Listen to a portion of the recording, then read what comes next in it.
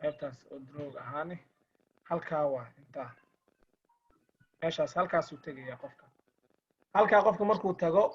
wax kale u baahan yahay ma lahaba qofka hadduu oo halkaas ku dhufto marka qaybtan kale uu ku dhufanayaa haddana oo riyaadka ku qoran tahay marka UTC+3 marka waxay leedahay halkaa mujida meel yar oo calaamad yar baa kugu soo bixayso qofkii aan hore u dhaqaajinayo marka iri kor baan tagayaa hoos baan tagayaa marka UTC+3 waa muhiim qof waliba inuu oo ka dhigto maxaa la yiraahdaa IQ optionkiisa kan waa kalaradii qof waliba kalarka oo qanciya waa qof waliba asaga xor u ah waxaa la yiraahdaa marka hadda marka UTC+3 way noo tahay signaliska marka signaliska waa laba nooc midna waa 1 minute midna waa 1 minute midna waa 5 minute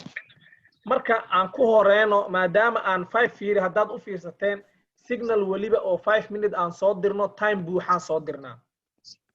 halkaas soo ma arkaysiin ee ku qoran tahay daqiiqadaha halkaa ila fiiriya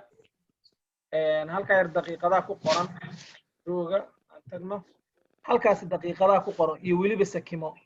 fiiri secondkaas mar waliba go'o halkaa 30 second buu tagayaa ma aragtaa halkaa la fiiri mar waliba go'o hadda fiiri 23 inta labadoodii way isku buuxsamayaan halka hadduu 30 second gaaro kan time expiration baa bilaabmaya inta mislaheena waxa marka lagu trade gareena marka fiiri iminka ka soo qaad waxa lagu yiri 29 iyo 10 mirir waa ina candle buy aad qaadatid baa lagu yiri fiiri candle buy baan qaadinaa laakiin intee fiirinaysaa waxaad ka fiirinaysaa 33 second ee socoto oo mirada socda sugaysa ilaa ay ka gaarto 59 rate waxaad qaadanaysaa markay 59 58 ama 59 markay ku dhacdo si marka kiligta